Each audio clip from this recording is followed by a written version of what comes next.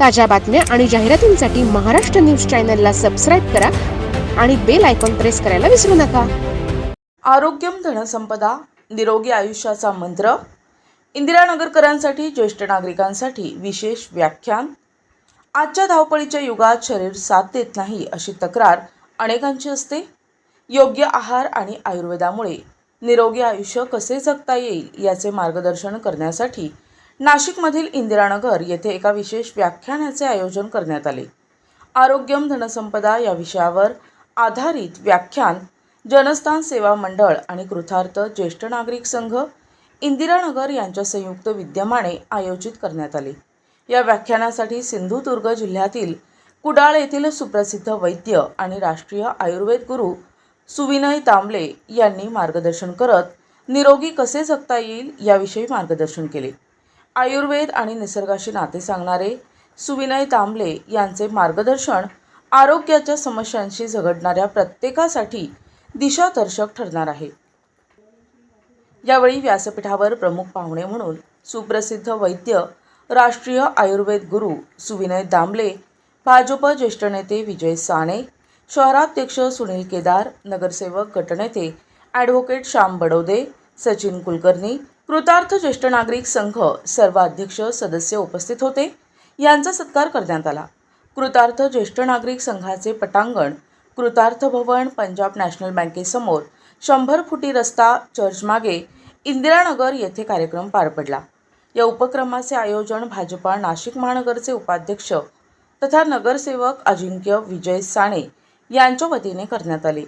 ज्येष्ठ नागरिक तसेच आरोग्यप्रेमी नागरिकांनी या सुवर्ण संधीचा लाभ घेतला.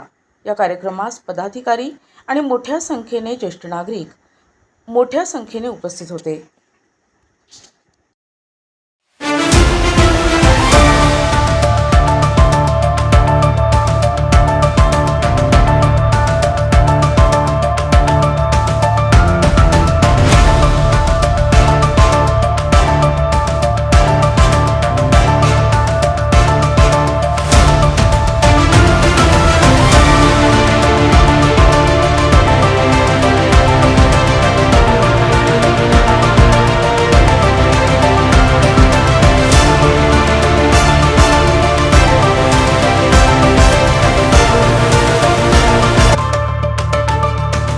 माध्यमाने आयोजित निरोगी जीवनाचा मूलमंत्र सांगणारे व्याख्यान आरोग्यम धनसंपदा हे आपल्या व्याख्यानाचे आजचे वक्ते, ज्यांना संपूर्ण महाराष्ट्रामध्ये आरोग्यावरती प्रेम करणारे सर्वच नागरिक, आयुर्वेदाचा अभ्यास करणारे सर्व विद्यार्थी असतील, वैद्यकीय पेशातले सर्व तज्ज्ञ असतील, यांना वेगळं त्यांची ओळख करून द्यायची गरज नाही असे आदरणीय वैद्य आणि ज्यांना आयुष मंत्रालयाने राष्ट्रीय आयुर्वेद गुरु म्हणून ज्यांचा सन्मान केला आहे असे आदरणीय सुविनयजी दामले सर.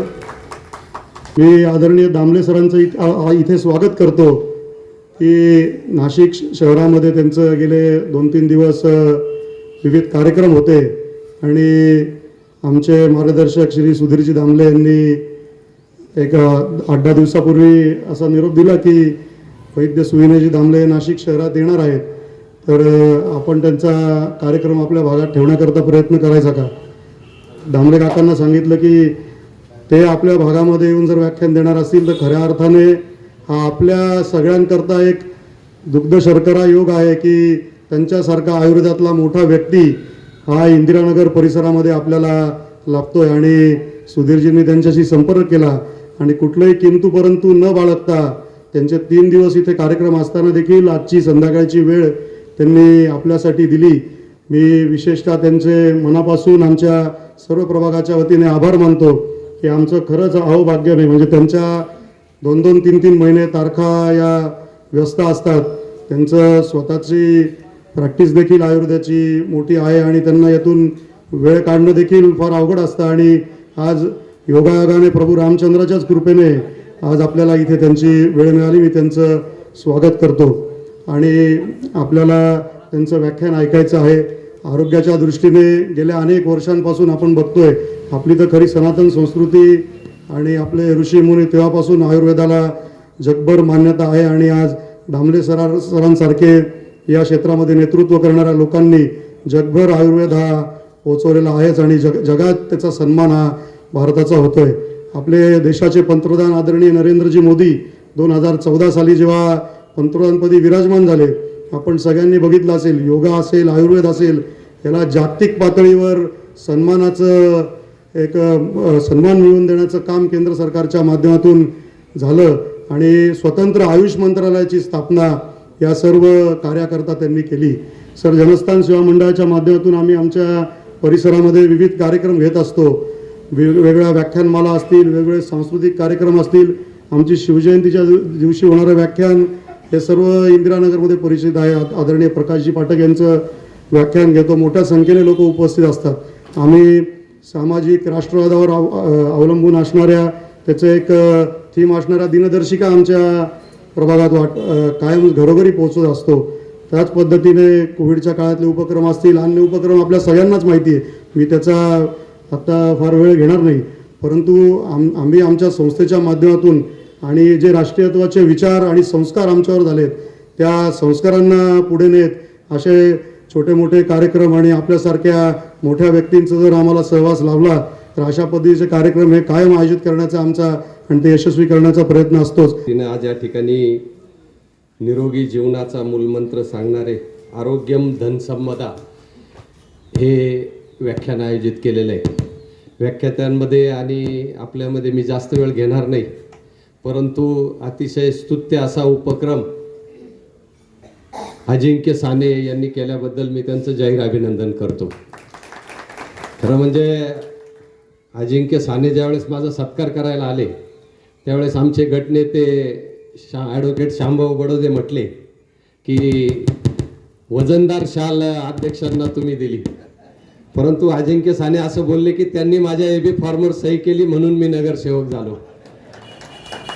मी अजिंक्य साने यांना असं सांगू इच्छितो की आपल्यामध्ये खूप असे गुण दडलेले की जे अजून आम्हालाही माहिती नाही, सुप्त गुण चांगले, आणि म्हणून तुम्हाला भारतीय जनता पार्टीने सांगितलं आणि म्हणून मी एबी फॉर्मवर सही केली.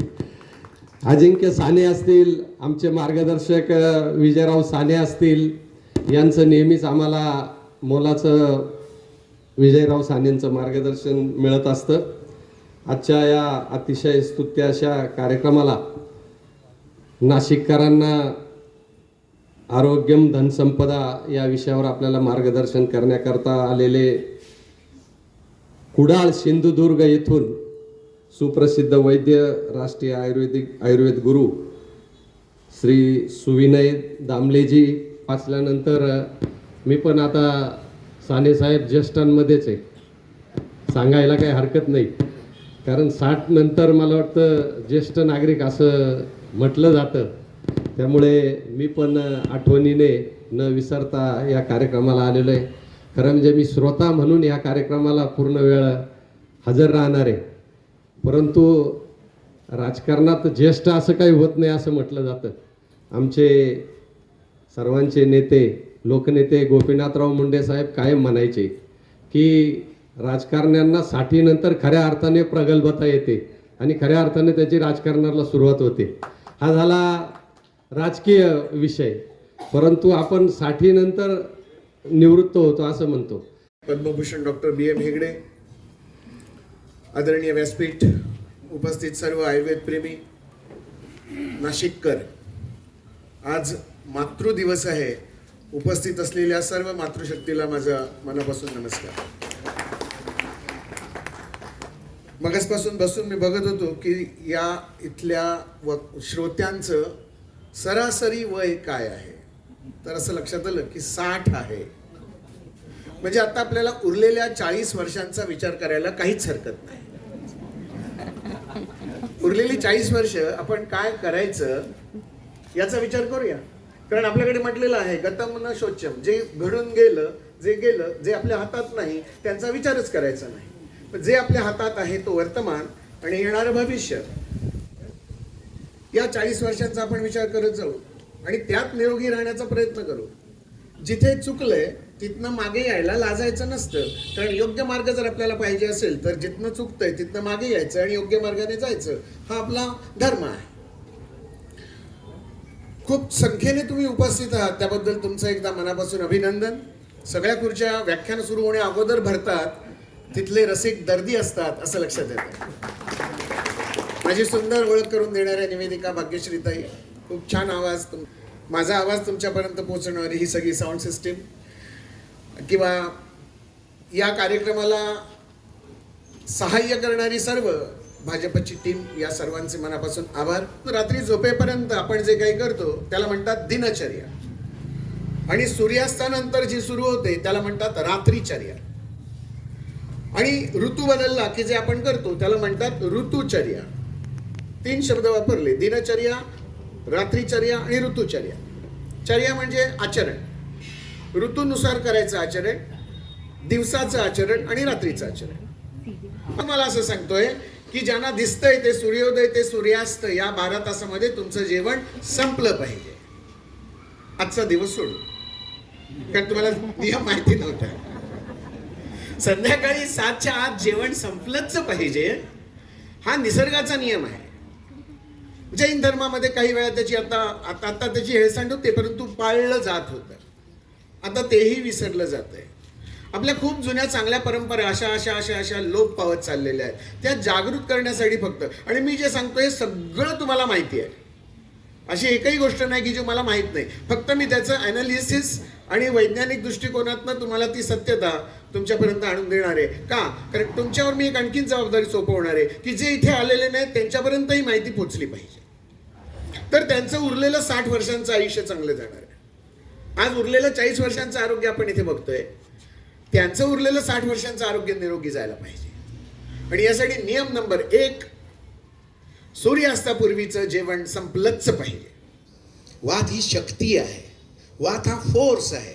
वात म्हणजे एअर नाही, पित्त म्हणजे फायर नाही, धातू म्हणजे मेटल नाही. तुम्ही या शब्दाचं इंग्रजी रूपांतर करून आयुर्वेद शिकण्याचा प्रयत्न केला तर काही मिळणार नाही. आयुर्वेद हा आयुर्वेदाच्या टर्मिनॉलॉजीमध्ये शिकला पाहिजे. आयुर्वेदाच्या टर्मिनॉलॉजी वेगळ्या आहेत, ॲलोपॅथीच्या वेगळ्या आहेत, होमिओपॅथीच्या वेगळ्या आहेत, निसर्गोपचाराच्या वेगळ्या आहेत, परंपरेमधला आयुर्वेद वेगळा आहे. मग मला जो आहे तो सोयीचा आयुर्वेद आपण घ्यायला काहीच हरकत नाही आहे, परंतु कुठेही मूळ चौकट फ्रेम सोडायची नाही, सिद्धांतांची फ्रेम सोडायची नाही, मुळात शास्त्रात जे सांगितलं ते सोडायचं नाही. हा स्पर्शाने प्यायचा असतो. चहाचा गरमपणा हा आनंद देणारा असतो. 2-4 तासांपूर्वी कपात ओतलेला चहा तुम्हाला दिला, घ्या चहा. तुम्ही म्हणा हा चहा दिलात की चहाचं सरबत दिलं? हो गार, त्याच्यावर साई सुद्धा आलेली आहे. हो पण त्याच्यातल्या कॅलरीज तेवढ्याच आहेत ना. काय एवढं गरम काय आणि गार काय, कॅलरीज तेवढ्याच मिळणार आहेत, पण आनंद नाही हो मिळत. जिलबी म्हटली की अशी रस्त असं गळतंय, पिवळ्या रंगाचं धम्मक, त्याच्यातनं पाक गळतोय, त्याच्यातली अशी भोकं पण दिसत आहेत. तोंडात टाकल्यानंतर खाळ असं वाटतंय आणि डोक्यापर्यंत त्याची अनुभूती जाते. ही जी अनुभूती येते ही डोळ्यांनी आहे जिलबी खाल्लेली. पापडाचा आनंद जो आहे हा पापड तुम्ही कानानी खाताय. कुरुम कुरुम आवाज आल्याशिवाय पापडातला आनंद कसा मिळेल सांगा मला? आवाज आहे ना त्याचा कुरुम कुरुम. 2 दिवसापूर्वी भाजलेला पापड आहे आणि तो तोडायला अशी शक्ती लागते. पापडातल्या कॅलरीज तेवढ्याच असणार आहेत, पण पापडातला आनंद मिळणार नाही. पापडाचा आनंद त्याच्या आवाजामध्ये आहे, जिलबीचा आनंद त्या बघण्यामध्ये आहे. काय वास आहे कांद्याच्या भज्यांचा. तुम्ही कशाला घाबरताय? मी देणार आहे पचवून तुमचं. 4ही प्रकारचं अन्न मी पचवून देणार आहे. फक्त मला आठवा, मा मनुस्वर युद्धस्व भारत. मला लक्षात ठेव, प्रत्येक क्षणाला हरी आहे आतमध्ये, तो काम करणारा आहे. पण तुम्ही कशाला उगाच त्या बाहेरच्या डॉक्टरांवर विश्वास ठेवताय की बाहेरची सिस्टीम वेगळी आहे, आतली सिस्टीम वेगळी आहे. आणि त्याचे काही दूत जे आहेत, शब्द स्पर्श रूप रस गंध, नाक कान डोळे त्वचा जीभ, ही ज्ञानेंद्रिय त्याचे दूत आहेत. त्याला समजतंय की तुम्ही आता काय खाणार आहात.